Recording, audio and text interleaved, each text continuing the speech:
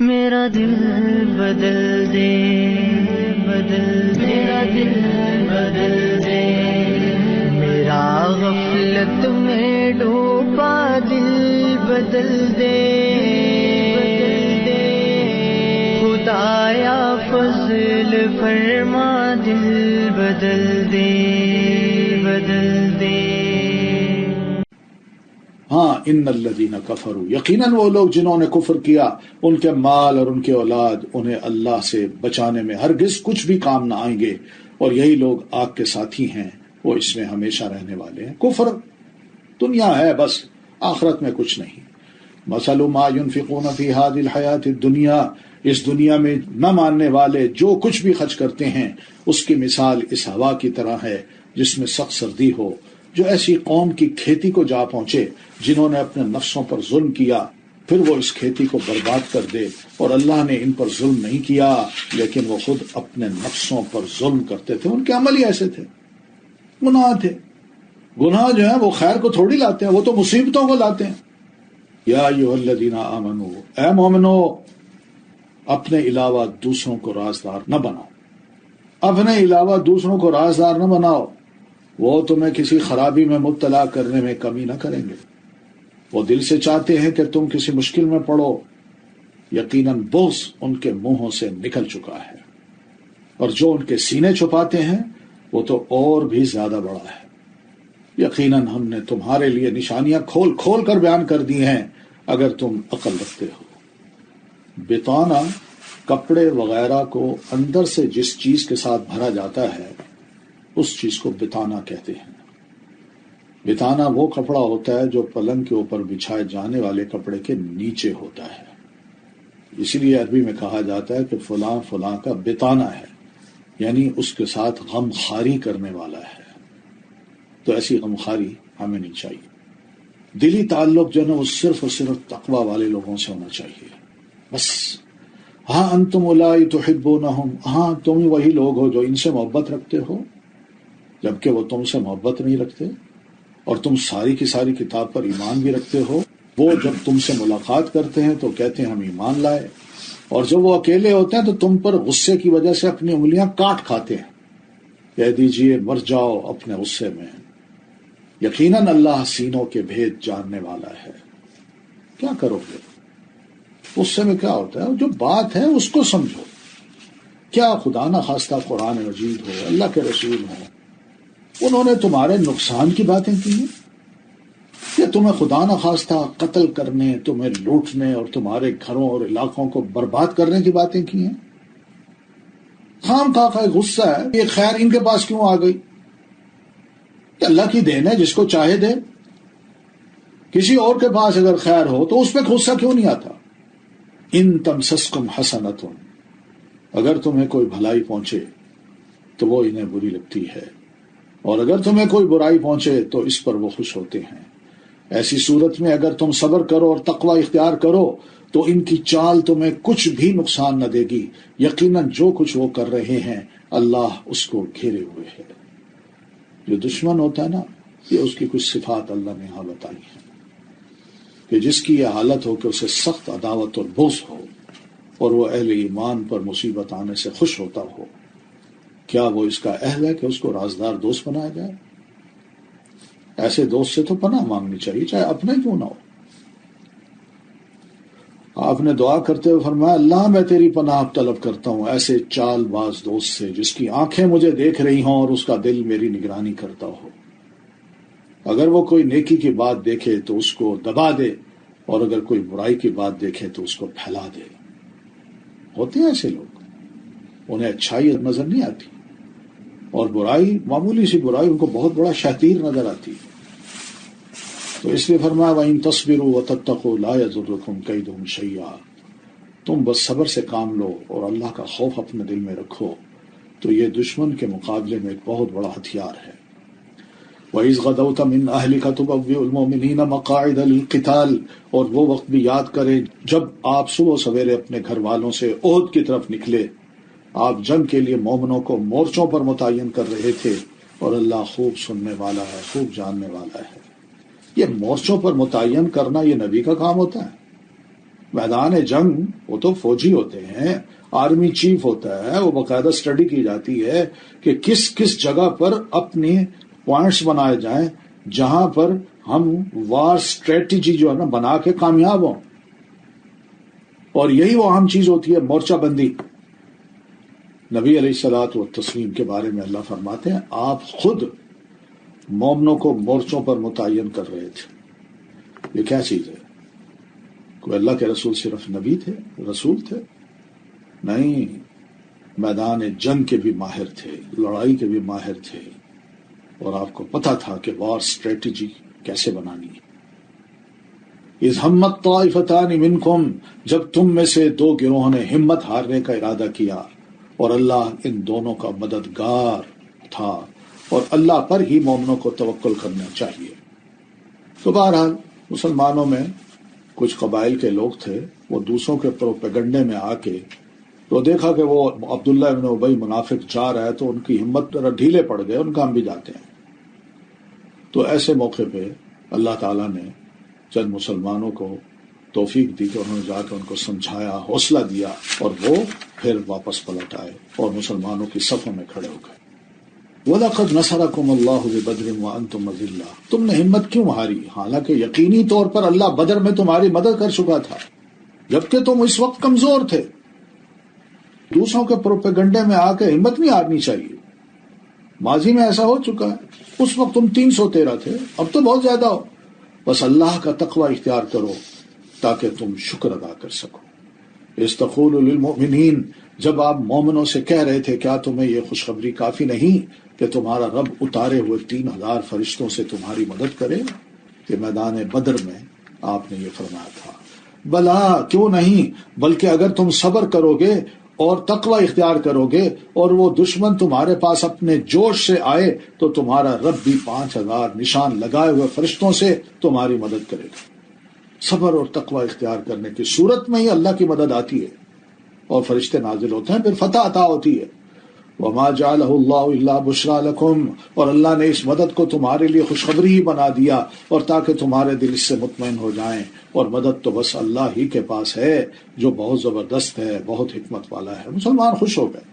لِيَقْطَعَ طَرَفًا مِّنَ الَّذِينَ كَفَرُوا، اور یہ مدد اس لیے بھی آئی تاکہ وہ کافروں کا ایک حصہ کاٹ دے یا وہ انہیں ذلیل و پسپا کر دے تو وہ نامراد ہو کر لوٹ جائیں۔ تو ان کی لیڈرشپ وہی مار دی گئی۔ لَيْسَ لَكَ مِنَ الْأَمْرِ شَيْءٌ، آپ کے لیے اس معاملے میں کچھ بھی اختیار نہیں۔ آپ کو گڑھے میں پھینکا گیا، آپ کی یہ جو ربائی دانت ہے یہ ٹوٹ گیا، سر میں بھی زخم لگا۔ اس وقت آپ سر سے اپنے خون کو پونچھ رہے تھے اور یہ فرماتے جاتے، کیا فرما رہے تھے؟ کیف یفلح قوم شجوا نبیہم وکسروا رباعیتہ وہو یدعوہم الی اللہ، وہ قوم کیسے فلاح پائے گی جس نے اپنے نبی کے سر پر زخم لگا دیا اور اس کا ربائی دانت توڑ دیا جبکہ وہ انہیں اللہ کی طرف بلا رہا تھا۔ اس موقع پر اللہ تعالیٰ نے یہ آیت نازل فرمائی اور فرمایا لیس لک من الامر شیء، یہ ہدایت دینا یا کامیابی کا ہونا اللہ کے رسول اس معاملے میں آپ کے ہاتھ میں کوئی چیز نہیں۔ یہ ہے او یتوب علیہم، کہ وہ اللہ ان کی طرف توجہ فرمائے، یا او یعذبہم، یا ان کو عذاب دے، فإنہم ظالمون، کہ وہ ظالم ہیں۔ یہ اللہ کا کام ہے، اللہ توجہ فرمائے تو ان کو ہدایت بھی دے سکتا ہے، آپ کے ہاتھ میں کچھ نہیں۔ وَلِلَّهِ مَا فِي السَّمَاوَاتِ وَمَا فِي الْأَرْضِ، اور اللہ ہی کے لیے جو کچھ آسمانوں میں اور جو کچھ زمین میں ہے، اور جسے وہ چاہتا ہے بخش دیتا ہے، جسے وہ چاہتا ہے عذاب دیتا ہے، اور اللہ بہت بخشنے والا نہایت رحم کرنے والا ہے۔ یہ سب اختیارات تسلیم کیے جائیں۔ نبی کے اختیار میں دوسروں کی ہدایت نہیں ہے۔ نبی کا اختیار صرف اتنا ہے کہ وہ لوگوں کو راہ دکھا دے اور ان کے بارے میں یہ مت سوچے کہ یہ فلاح نہیں پا سکتے۔ اس لیے ہمیں منع کیا ہے کہ کسی مسلمان کے بارے میں بندہ یہ نہیں کہہ سکتا کہ یہ جہنم میں جائے گا، نعوذ باللہ۔ اگر کوئی کہتا ہے تو اللہ فرماتے ہیں میں پھر معاملہ الٹا کر دیتا ہوں، جس نے جہنم میں جانا ہوتا ہے اس کو جنت میں داخل کر دیتا ہوں، اس کو توفیق دے دیتا ہوں کہ وہ مرنے سے پہلے کچھ اچھا کام کر لے، توبہ کر لے۔ اور جو ساری عمر نمازیں پڑھتا رہتا ہے اور دوسروں پر فتوے لگاتا ہے، وہ عین موت کے وقت اللہ اس سے ایسے غلط کام کروا لیتا ہے جس سے اس کے سارے پچھلے عمل جو نیک ہے وہ برباد ہو جاتے ہیں اور مرتے ہی وہ دوزخ میں چلا جاتا ہے۔ کہ بندے کے اختیار میں کیا ہے بھائی؟ یا ایھا الذین آمنو، اے لوگو جو ایمان لائے ہو، تم کئی گناہ بڑھا چڑھا کر سود نہ کھاؤ اور اللہ سے ڈرو تاکہ تم فلاح پا جاؤ۔ یہ ہے، سود لینے کا وقت آتا تو مقروض کہتا میرے پاس تو کچھ نہیں، تو کہتے چلے میں تمہیں 1 سال کی مہلت دیتا ہوں، اب 2 کی بجائے 4 لوں گا۔ منع کیا ہے، پہلے بھی ظلم ہے اور پھر اس کے بعد اور اس پر ظلم کیا جا رہا ہے۔ واتقوا النار التي اعدت للكافرين، اور ڈرو اس آگ سے جو کافروں کے لیے تیار کی گئی ہے۔ واطیعوا اللہ والرسول لعلکم ترحمون، اس معاملے میں، لین دین کے معاملے میں بھی اطاعت کرو اللہ اور اس کے رسول کی تاکہ تم پر رحم کیا جائے۔ وسارعوا الى مغفرۃ من ربکم، اور مان لو ان تمام باتوں کو، یہ اللہ کی مغفرت کے اسباب ہیں۔ جلدی کرو اپنے رب کی بخشش کی طرف اور اس جنت کی طرف جس کی چوڑائی آسمان اور زمین کے برابر ہے، جو متقی لوگوں کے لیے تیار کی گئی ہے۔ یہ اعدت فعل ماضی ہے، جس کا مطلب ہے یہ جنت اب بھی ہے جو تیار کر دی گئی ہے۔ اور اسی طرح اعدت للکافرین، جہنم کے بارے میں بھی آیا قرآن مجید میں، یہ جہنم بھی تیار کر دی گئی ہے کافروں کے لیے۔ تو دونوں چیزیں تیار ہیں، اس وقت بھی موجود ہیں۔ الذین ينفقون فی السراء والضراء، جو لوگ خوشی اور تکلیف میں خرچ کرتے ہیں، سخت غصے کو ضبط کرنے والے ہیں اور لوگوں سے درگزر کرنے والے ہیں، اللہ ایسے محسنوں سے محبت کرتا ہے۔ یہ ہے وہ نیکی جس کی طرف سب کو دوڑنا چاہیے، ایک دوسرے کا مقابلہ کرتے ہوئے آگے نکلنا چاہیے۔ یہ ہے ایمان والوں کی صفت، اور یہ ہوتے ہیں اصل پہلوان جو غصے کو پی جاتے ہیں۔ قیامت کے دن بہت بڑا اجر ہے اس کا۔ آپ فرماتے ہیں جو آدمی اپنے غصے کو نافذ کرنے کے باوجود پی گیا، اللہ قیامت کے دن اس کے دل کو امیدوں سے بھر دے گا۔ اتنی بڑی بات ہے۔ آپ فرماتے ہیں غصہ نہ کرو، یہی تمہارے لیے جنت ہے۔ والذین اذا فعلوا فاحشۃ او ظلموا انفسهم، اور جب ایسے لوگ کوئی فحش کام کرتے ہیں، بے حیائی کا، زنا ہے اور بڑے فحش کام ہیں جیسے ہم دیکھتے ہیں، یا اپنے نفسوں پر ظلم کرتے ہیں، تو فوراً اللہ کو یاد کرتے ہیں کہ ہم بڑا ظلم کر بیٹھے ہیں، بڑی زیادتی کی ہے، بہت ہی ناقابل معافی گناہ کر بیٹھے ہیں۔ میں مسلمان ہوں، مجھے یہ زیب نہیں دیتا تھا کہ میں اس قسم کی فحاشی اور بدماشی کرتا۔ تو فوراً اللہ کو یاد کرتے ہیں، پھر اپنے گناہوں کے لیے معافی مانگتے ہیں۔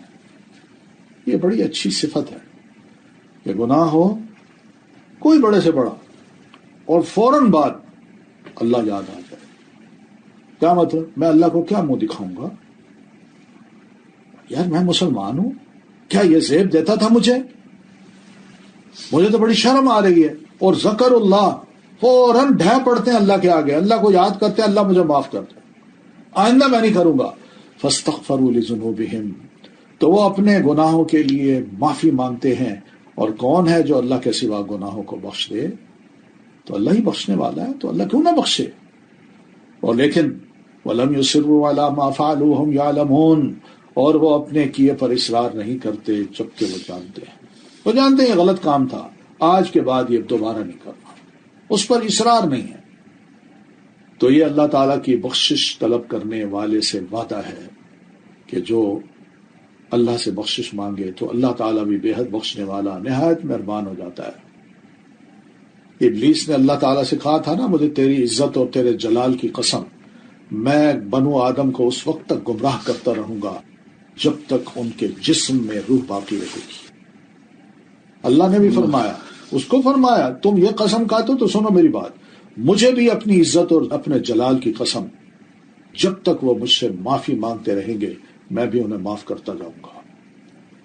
گناہ خواہ کتنے ہوں، کتنے ہی گناہ ہم کریں، استغفار کرنے سے وہ معاف ہو جاتے ہیں۔ اللہ تعالیٰ فرماتے ہیں، یہ حدیث قدسی ہے، اے ابن آدم جب تک تو مجھے پکارے گا اور مجھ سے پر امید رہے گا میں تمہیں بخشتا رہوں گا تیرے جو بھی گناہ ہوں گے اور کوئی پرواہ نہیں کروں گا۔ اے ابن آدم اگر تیرے گناہ آسمان کی بلندیوں تک پہنچ جائیں پھر تو مجھ سے بخشش طلب کرے تو میں پرواہ کیے بغیر تجھے بخش دوں گا۔ اے ابن آدم اگر تو زمین کے برابر گناہ لے کر میرے پاس آئے اور اس حال میں مجھے ملے کہ میرے ساتھ کسی کو شریک نہ کیا ہو تو میں تجھے ان گناہوں کے بقدر بخشش عطا کر دوں گا۔ یہ اللہ تعالیٰ، ہم جانتے ہیں اس کے در کو چھوڑ کے کہاں جا سکتے ہیں۔ اولئک جزاؤہم مغفرۃ من ربہم، ایسے لوگوں کی جزا ان کے رب کی طرف سے بخشش اور جنت کے باغات ہیں جن کے نیچے نہریں بہتی ہیں، وہ ان میں ہمیشہ رہنے والے ہیں، اور کتنا اچھا ہے اجر عمل کرنے والوں کا۔ لوگو قد خلت من قبلکم سنن، یقیناً تم سے پہلے بھی کئی واقعات گزر چکے ہیں، ماننے والوں کو بھی ہم نے بچایا، نہ ماننے والوں کو بھی ہم نے سزا دی۔ یہ واقعات ہیں، انسانی تاریخ بڑی پڑی ہے، ہم قرآن مجید میں بھی اس کا ذکر کر چکے ہیں۔ فسیروا فی الارض، تو زمین میں چل پھر کے دیکھ لو کہ جھٹلانے والوں کا انجام کتنا برا ہوا۔ ھذا، یہ قرآن بیان للناس، لوگوں کے لیے ایک واضح بیان ہے۔ ہم تقریریں سننے کے شوقین ہیں، اللہ فرماتے ہیں میں تقریر کر رہا ہوں، میرا بیان سنو، یہ بالکل واضح ہے۔ وَھُدًى وَمَوعِظَةٌ لِّلْمُتَّقِينَ، اور متقی لوگوں کے لیے ہدایت اور نصیحت ہے۔ وَلَا تَهِنُوا وَلَا تَحْزَنُوا، اور تم کمزور نہ ہو اور غم نہ کرو، اور تم ہی غالب ہوگے اگر تم مومن ہو۔ شرط یہ، مومن بنو تو دنیا کی کوئی طاقت تمہیں شکست نہیں دے سکتی۔ إِن يَمْسَسْكُمْ قَرْحٌ، اگر تمہیں میدان احد میں کوئی زخم لگا ہے، تمہارے لوگ شہید ہو گئے ہیں، تو بدر میں ان لوگوں کو بھی اسی طرح کا زخم لگ چکا ہے، تم نے بھی ان کے 70 افراد تک مارے تھے اور تمہارے بھی اتنے شہید ہو گئے، اور ان دنوں کو ہم لوگوں کے درمیان پھیرتے رہتے ہیں۔ آج ان کو فتح، تمہیں شکست، کل کو تم کو فتح، انہیں شکست۔ اور احد میں شکست اس لیے تھی تاکہ اللہ ایمان لانے والوں کو جان لے کون منافق ہے۔ منافق چھوڑ کے چلے گئے تو ایمان والے آ گئے، اور تم میں سے کچھ کو شہادت کا درجہ دے۔ واللہ لا يحب الظالمین، اور اللہ ظالموں سے محبت نہیں رکھتا۔ وَلِيُمَحِّصَ اللَّهُ الَّذِينَ آمَنُوا، اور اس لیے بھی تاکہ اللہ ایمان لانے والوں کو خالص کر دے اور کافروں کو مٹا دے۔ ہاں، اللہ تعالیٰ ایمان کو بھی تھوڑا سا جانچتا ہے نا کہ کتنے پانی میں ہے مومن، تو اس طرح ایمان نکھر جاتا ہے بندے کا، خالص ہو جاتا ہے۔ ام حسبتم، کیا تم سمجھتے ہو کہ تم بس کلمہ پڑھ کے جنت میں داخل کر دیے جاؤ گے؟ وَلَمَّا يَعْلَمِ اللَّهُ الَّذِينَ جَاهَدُوا مِنكُمْ، حالانکہ ابھی تو اللہ نے ان لوگوں کو جانا ہی نہیں کہ تم میں سے کس نے جہاد کیا اور کون صبر کرنے والے ہیں۔ وَلَقَدْ كُنْتُمْ تَمَنَّوْنَ الْمَوْتَ مِنْ قَبْلُ، اور یقیناً جنگ میں موت کا سامنا کرنے سے پہلے تو تم موت کی تمنا کر رہے تھے، کہتے تھے اللہ موقع دے، تیری راہ میں شہید ہونا چاہتے ہیں۔ فَقَدْ رَأَيْتُمُوهُ، تو بے شک اب تم نے اس موت کو دیکھ لیا۔ وَأَنْتُمْ تَنْظُرُونَ، اور ایسے دیکھا کہ تم اپنی آنکھوں سے دیکھ رہے تھے۔ وَمَا مُحَمَّدٌ إِلَّا رَسُولٌ، رسول اللہ کی شہادت کی افواہ جب کفار نے اڑائی تو مسلمانوں تم نے کیا کیا؟ ہتھیار پھینک دی اور کہا کہ اب کیا ضرورت ہے جینے کی، اب تو اللہ کے رسول شہید ہو گئے۔ وَمَا مُحَمَّدٌ إِلَّا رَسُولٌ، یاد رکھنا محمد صرف اور صرف تمہارے لیے رسول ہے، وہ صرف ایک رسول ہے۔ محمد کو بطور رسول کے لینا آپ نے، محمد کو بطور ذات کے نہیں لینا۔ یہ شخصیت، یہ ان کا جسم چند عرصے کے لیے اس دنیا میں آیا ہے، وہ جب تک ہے وہ اللہ رکھے گا اس کو، لیکن اس کی رسالت اس کے بعد قیامت تک باقی رہنے والی ہے۔ محمد صلی اللہ علیہ وسلم اگر اس دنیا سے، قد خلت من قبل رسل، آپ سے پہلے بھی کئی رسول گزر چکے، کیا بھلا پھر اگر وہ فوت ہو جائیں نبی صلی اللہ علیہ وسلم، جو تبھی وفات ہوتی ہے، یا میدان جنگ میں لڑتے لڑتے قتل کر دیے جائیں، تو کیا تم اپنی ایڑیوں پر واپس پلٹ جاؤ گے؟ یعنی دین چھوڑ دو گے تو اب جینے کا کیا فائدہ؟ اب اسلام بس ختم. جب تک آپ تھے آپ کی ذات سے ہمیں محبت تھی مگر رسالت کو ہم سمجھے نہیں. پھر وَمَن يَنْقَلِبْ عَلَىٰ عَقِبَيْهِ، اور جو اپنی ایڑیوں پر واپس پلٹے گا تو وہ اللہ کا ہرگز کچھ نہ بگاڑ سکے گا. یہ اللہ کا دین ہے بھائی، اللہ نے فیصلہ کر لیا ہے کہ اب اس کو قیامت تک میں نے باقی رکھنا ہے. وَسَيَجْزِي اللَّهُ الشَّاكِرِينَ، اور شکر کرنے والوں کو اللہ جلد اچھا بدلہ دے گا. وَمَا كَانَ لِنَفْسٍ أَن تَمُوتَ إِلَّا بِإِذْنِ اللَّهِ، اور کوئی نفس اللہ کے حکم کے بغیر مر نہیں سکتا. موت کا وقت مقرر لکھا ہوا ہے، بس یاد رکھیں. اور جو کوئی دنیا میں اپنے عمل کا بدلہ چاہتا ہے تو ہم اسے دے دیتے ہیں، اور جو کوئی آخرت میں اپنی کوششوں کا بدلہ چاہتا ہے تو ہم اسے اس میں دے دیں گے، اور ہم شکر کرنے والوں کو جلد اچھا بدلہ دیں گے. سوچ لیں ہمارے عمل کس مقصد کے لیے، نیت کیا ہے؟ دنیا کے لیے، آخرت کے لیے؟ موت تو ویسے ہی آنی ہے، کوئی نہیں بچے گا چاہے کوئی کہیں بیٹھا ہو. وَكَأَيٍّ مِّن نَبِيٍّ، اور کتنے ہی نبی ایسے گزرے ہیں جن کے ساتھ مل کر بہت سے اللہ والوں نے جنگ کی، تو اللہ کی راہ میں انہیں جو کچھ بھی پیش آیا وہ ایمان ان کا ایسا تھا کہ اس پر نہ تو انہوں نے ہمت ہاری، نہ وہ کمزور پڑے اور نہ ہی وہ دبے. اور اللہ صبر کرنے والوں سے محبت رکھتا ہے. یہ صفات ہیں مومن کی. ایمان بندے کو ایسے بنا دیتا ہے کہ بس کچھ بھی ہو اللہ میرا ہے، بس اس سے بڑھ کر کوئی طاقت نہیں جو نہ مجھے نقصان پہنچا سکتی ہے نہ فائدہ پہنچا سکتی ہے. اور اللہ کی راہ میں قربانی دے رہا ہوں تو انشاءاللہ اللہ اس سے بڑھ کر مجھے دینے والا ہے. وما كان قولهم، اور ان کی کوئی بات سوائے اس کے کچھ نہ تھی کہ انہوں نے گڑ گڑا کر کہا اے ہمارے رب ہمارے گناہوں کو اور ہماری کسی بھی معاملے میں کی گئی ہماری زیادتیوں کو بخش دے اور ہمارے قدموں کو جما دے. وانصرنا علی القوم الکافرین، اور کافر قوم کے مقابلے میں ہماری مدد فرما. یہ ان میدان جنگ میں ان کی دعا ہوتی. تو ان کو کثرت تعداد پہ فخر نہیں ہوتا تھا، اللہ کی مدد پہ بھروسہ ہوتا تھا، اس لیے ثابت قدم ہوتے تھے. ان کا عقیدہ تھا کہ مدد صرف اور صرف اللہ سبحانہ و تعالیٰ کی طرف سے آئے گی. تو استغفار کی اہمیت بھی دیکھیے کہ عین میدان جنگ میں صبر اور استغفار کو اکٹھا کر لیا انہوں نے اپنی دعا میں. اور جب مصیبتیں آتی ہیں تو یہی دعا موزوں ترین دعا ہے، کیونکہ مصائب کی وجہ بھی گناہ ہی بنتے ہیں. اس لیے گناہوں کی بخشش عین اس موقع پر مانگنا بہت بڑی سعادت ہے. فآتاہم اللہ ثواب الدنیا، تو اللہ نے ان کو دنیا میں اچھا بدلہ عطا کیا، اور آخرت کا بدلہ تو کیا ہی اچھا ہے. اور اللہ احسان کرنے والوں سے محبت رکھتا ہے. یا ایھا الذین آمنوا، اے لوگو جو ایمان لائے ہو، اگر تم ان لوگوں کی اطاعت کرو گے جنہوں نے کفر کیا تو وہ تمہیں تمہاری ایڑیوں کے بل کفر کی طرف پھیر دیں گے، پھر تم خسارہ پانے والے ہو کر پلٹو گے. آپ دیکھ لیں کتنا کہنا ان کا مانا جا رہا ہے، کتنا دین ہم سے رخصت ہو گیا ہے، کتنی ان کی اطاعت ہو رہی ہے، کتنے ان کے کام ہمیں اچھے لگتے ہیں اور کتنے دین کے کام ہمیں اب برے لگنے لگ گئے ہیں.